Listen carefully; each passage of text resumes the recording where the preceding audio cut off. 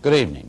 Italy was in search of a new government today for the 41st time since the end of World War II. Government number 40, headed by Prime Minister Arnaldo Forlani, collapsed yesterday under the weight of a most unusual scandal. The revelation that nearly 1,000 of Italy's elite, including 3 cabinet members, were allegedly members of an outlawed, super-secret, super-evil Masonic lodge called P2. Today, Italian President Sandro Pertini said he would call on a political leader tomorrow to form a new government, and all indications were that leader would again be Forlani. But it may not be quite that easy. Forlani is a member of the Christian Democrats, the party that has controlled the government for 36 years. But they have control through a coalition with the socialists and other parties. Will the others now allow the Christian Democrats to remain in charge? And what about the communists who have been chaffing for a larger role in the government? And what is this thing called P2 anyhow? What, in short, is going on in Italy? It's the question we ask tonight. Robert McNeil is off. Charlene Hunter-Gault is in New York. Charlene? Jim, the mysterious thing called P2, also known as propaganda due, D-U-E, was described by Italian magistrates as a state within a state. In addition to the 3 cabinet ministers, its reach extended to 2 undersecretaries, 30 members of parliament, military officers, diplomats, magistrates, professors, and journalists. The problem was not that so many leading members of government belonged to a Masonic lodge. It was that they belonged secretly, and in Italy, secret societies are illegal. What deepened suspicion about the group was the fact that the Grand Master of the lodge was millionaire industrialist Licio Gelli.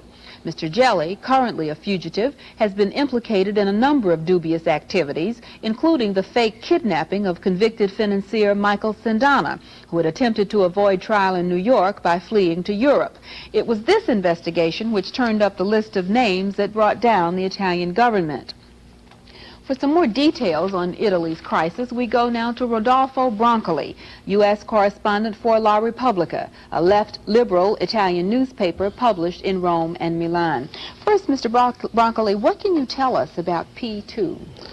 Well, it's a secret lodge, as you have just stated, and there's nothing new actually, because it was well known that there was something secret going on, and this P2 has entered practically in every recent scandals: oil fraud, tax fraud, oil kickbacks, and also some more serious thing like attempt of right-wing coup d'etat, and of course the Sindona scandals. What wasn't probably unknown till now was the dimension of this scandal, the involvement of the establishment. To give you an idea, it's like having the Attorney General, the CIA director, the FBI director, some of the managing editors of the most important newspapers, bankers, like having David Rockefeller, for example, and of course the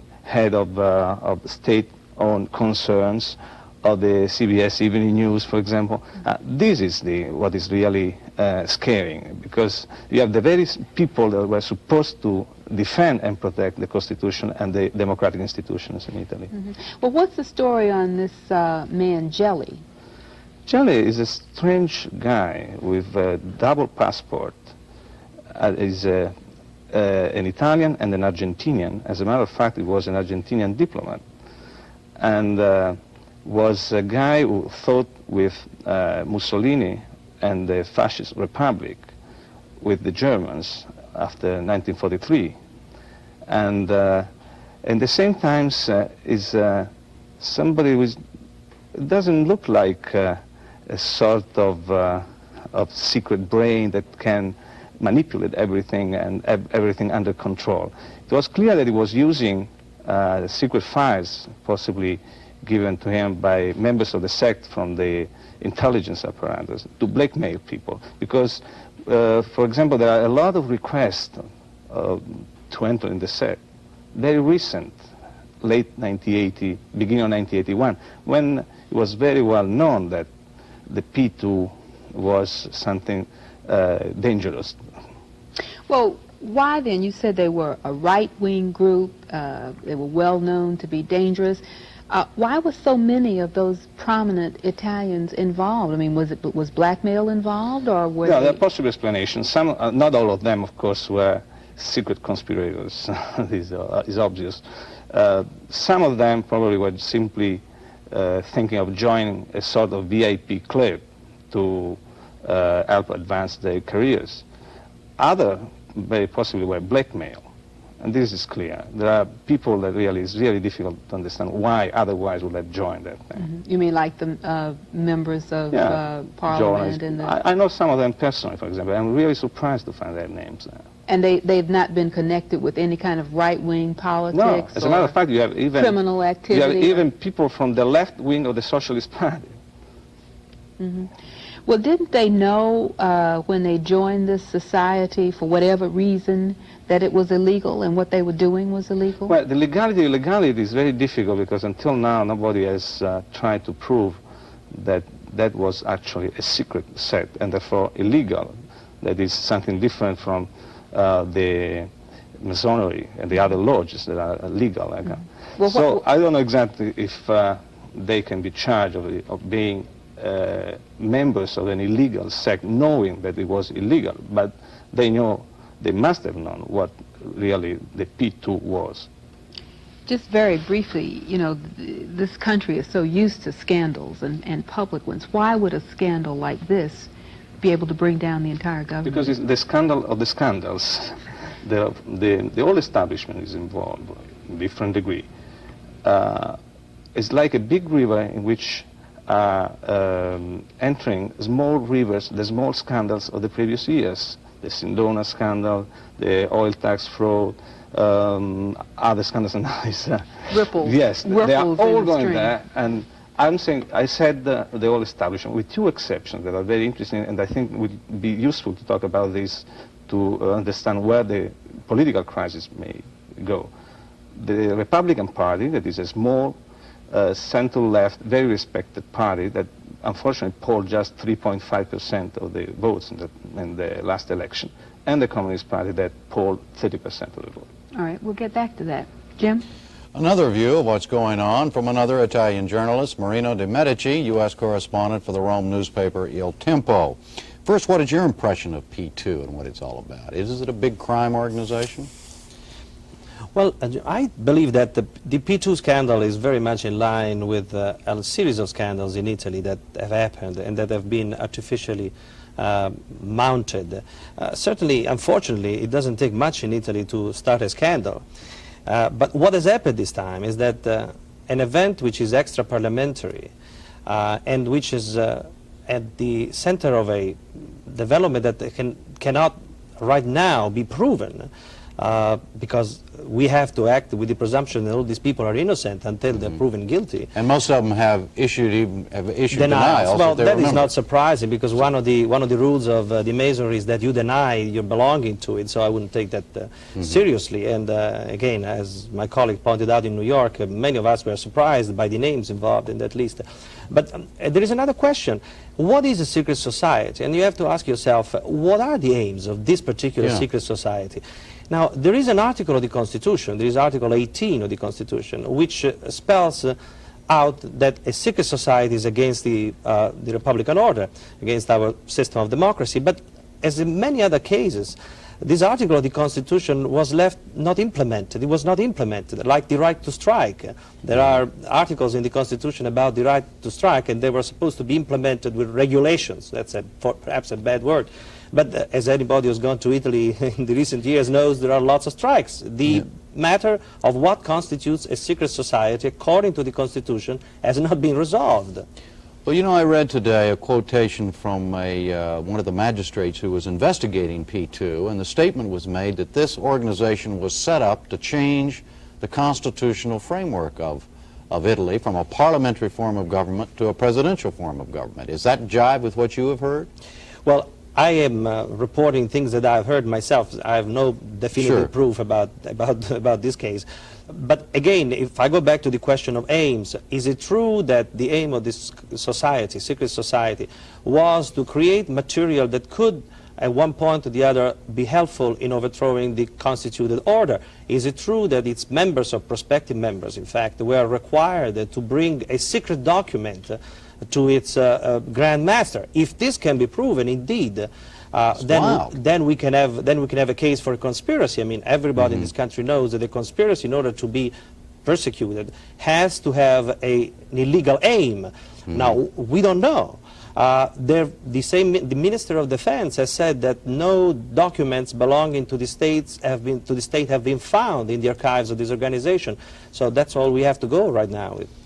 Do you see a political similarity among these 1,000 people, or do you agree with Mr. Bronkley that that there were some leftists and some rightists? Do you see any pattern to these people? No, there is no pattern, except that has been pointed out these people are people who belong to the elite, to the intellectual, banking, political elite of the country. There are two socialist members of this lodge, and one of them, in fact, is the only one, Chiquito, who has admitted belonging to the sect. He's the only one who has admitted it. Other people have admitted it implicitly, perhaps. The chief of staff of the Italian armed forces has resigned, although he denies belonging to the sect. The Minister of Justice, of course, has resigned. The head of a television channel has resigned. All these people, of course, are claiming not to be members. That there will have to be an investigation, but most importantly, as I said before, we have to understand what makes up this secret society, because it's not so secret as it has been said. These people had parties and cocktails at the Excelsior Hotel right across the American embassy, and I'm not at all sure that the American diplomats were not invited at one point to join the party. So a party that was openly given by P2? Yes, well, the P2 is part of the Grand Orient, which is the Italian umbrella organization for the Italian Masonry. So it's not much of a secret. And then remember, you're dealing with Italy, which is not only the country of Machiavelli, who set out the principles of modern political science in a way, but also the country of Cagliostro, a man whose intrigues and machinations are famous, and Italians are bound to enlarge these things and to make it even murkier than it is. You think, in other words, there's still an awful lot to be learned about all of this? Absolutely, but the right way to go about it before provoking a government crisis over this issue would be to find out exactly what this organization was up to. Now, Prime Minister Forlani has done the right thing, in my mind. He has called on three very well-known jurists, including the former head of the Italian Constitutional Court, to investigate the issue and decide whether, indeed, the parameters of a secret society in violation of the Constitution, specifically of Article 18, can be found. All right. Thank you. Charlene? Now, for a different perspective, we go to a veteran observer of Italian affairs. He is Peter Lang, Associate Professor of Government at Harvard and Research Associate at the Center for European Studies. Dr. Lang, why was this government so vulnerable? Well, I don't actually think this government was much more vulnerable than any other than, I would say, most importantly, the ambitions of the Socialist Party. That is, the Socialist ambitions have been growing, and as the Socialist ambitions have grown, any coalition which included the Socialists but did not give to them the role that they would like to have was vulnerable to their using a scandal or some such thing to withdraw from the coalition and attempt to up the ante, so to speak. Is there any, the question that keeps coming up to my mind is why now this thing was provoked? If everybody knew, as Mr. De Medici just said, about P2 and everything, I mean, is there any suggestion that there is political opportunism at work here? Or? Well, if we use opportunism to mean taking advantages of opportunities, then or creating or creating them, then there certainly is some political opportunism involved. Why now? I think a list with hundreds of names has a different impact than parties at the Excelsior Hotel. But I mean, in terms of the government itself and its vulnerability, is it particularly vulnerable to something like this? I think the socialist ambitions are particularly high at the moment, I would say that. I think that the results of the Italian referendum a couple of weeks ago, the results in France, a general sense that this government had kind of run its course, that it wasn't functioning very well, a certain greater willingness of the communists to support some initiative taken by the Socialist Party. All of those things, I think, have fed the ambitions of Mr. Craxi to become Prime Minister. The head of the Socialist, the head of the Socialist Party, to become Prime Minister or to attempt to become prime minister, and this crisis these revelations provided an opportunity. And so you think that politics is really fanning the flames of something that might have died? I mean, for example, why was it Forlani allowed to simply replace the tarnished ministers instead of bringing down the whole government? There were 3 ministers involved. Well, I think for 2 reasons. One, because the opportunity presented itself and it needed to be taken, and 2, because a reshuffling of the government, which that might have constituted, might have delayed any response, new opportunity arising where the socialists could try to translate this policy longer than they wished. I think that they had been planning, obviously this is speculation, but looking at the way things had been going, sometime during the summer or early fall to attempt to shift the coalition and bring, for the first time, after all, this is not a petty ambition, this is for the first time in the post-war period to bring a non-Christian Democrat as a prime minister of Italy. Well, the speculation is that Forlani is likely to be named tomorrow to head the new government, and he is a Christian Democrat. I mean, is he going to be able to put together a government that can work, and can the Christian Democrats hold on to it? Well, I would doubt very seriously that he can put together a government, at least as the first person nominated. I would doubt that. Whether the Christian Democrats will be able to hold on to the prime ministership at the end of this crisis is more difficult to answer. It's very dangerous to bet against the endurance of the Christian Democrats. They've endured very well in the face of an awful lot of scandals and other forms of political problems. Nonetheless, I would say the probabilities may be higher this time around than they have been for a while.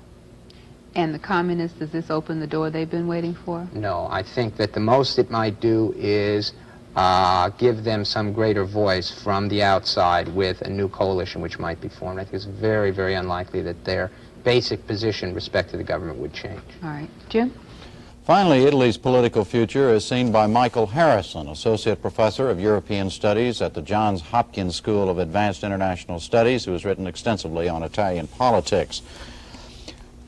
First, would you explain to the non-Italian layman why a man would resign, his government would fall, Mr. Forlani I'm referring to, and now 24 hours later be asked to form a new government? Well, there's been a growing sense of the weakness of this particular government, especially in the face of expected economic difficulties in Italy over the summer and indeed over the next 2 years. The economy has been looking very weak, although it's been strong over the past year or two. In this case, as Peter Lang quite correctly pointed out, I believe it was technically the socialists who refused to attend a meeting of the current cabinet in order to decide about resignations of particular ministers in order to keep the entire government together. So it in fact is a socialist action, certainly determined by Craxi, that has caused the resignation of this government. I don't believe it was Forlani's own choice. And the socialists broke the solidarity of the cabinet in this case, and they obviously expect to profit from the political machinations that will take place now. Do you agree with Peter Lang that Forlani is going to have trouble putting this thing together?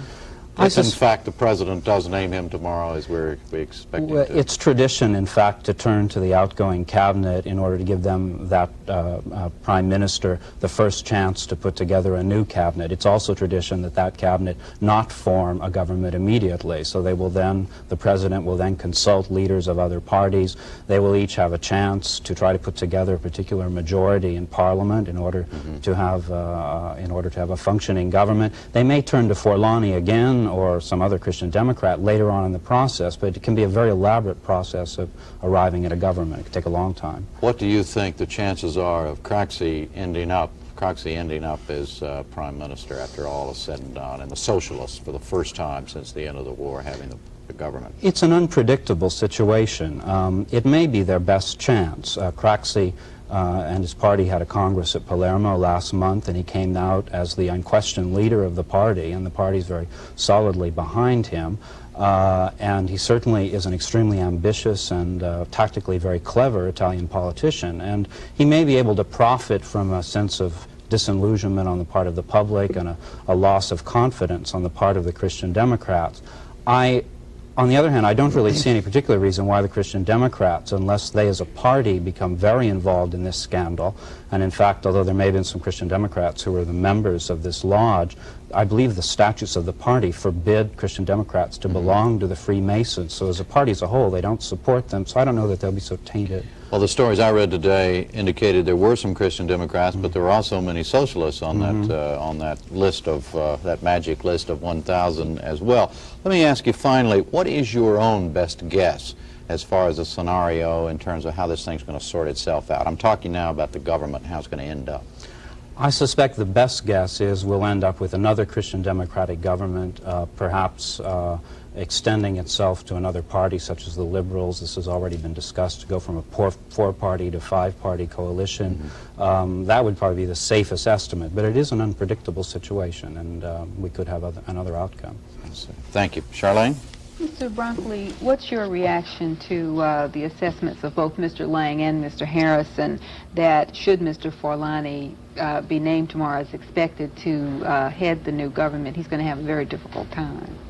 Well, that's obvious, given the situation. But I would like to remind that something that has not been mentioned so far, and the fact is that the 25th of June, there is a local election in Italy involving local governments in cities like Rome and Genoa, and regional government in Sicily. All in all, 10 million voters is a very large sample, is 1/4 of the Italian electorate.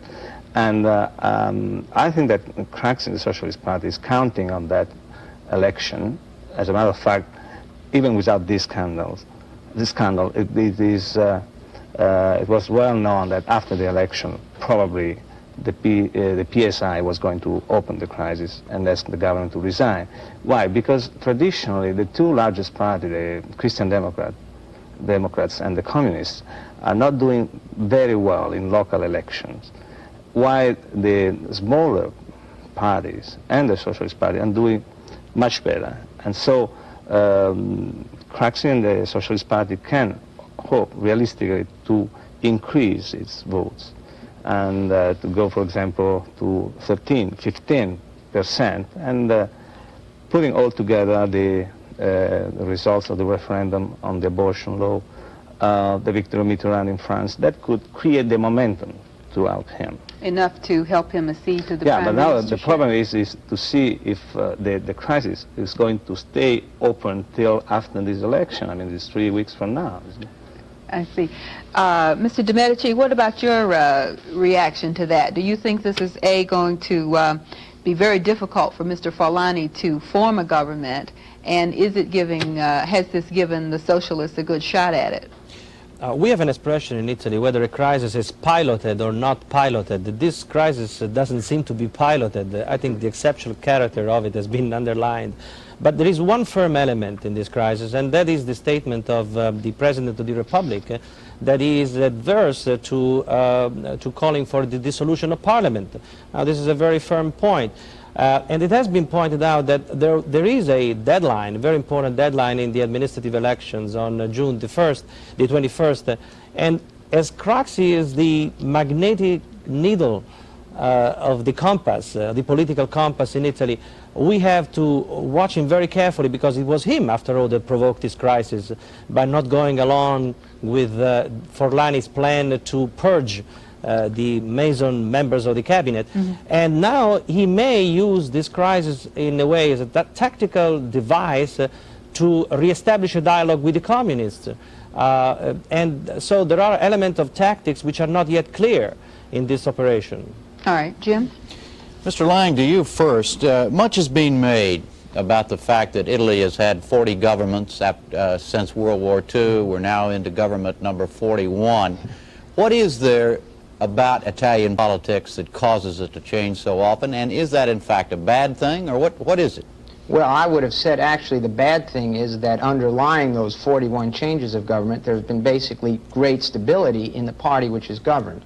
I would say more of the problems of Italian politics are linked to the absence of any real alternates in government than to the repeated turnover of governments. Now, this is not to suggest that the rapid turnover in governments doesn't create some instability, but it's also worth remembering, for instance, that some ministers have stayed in office for very long periods of time, just moving from one government to the next caretaker government to the next government and so forth.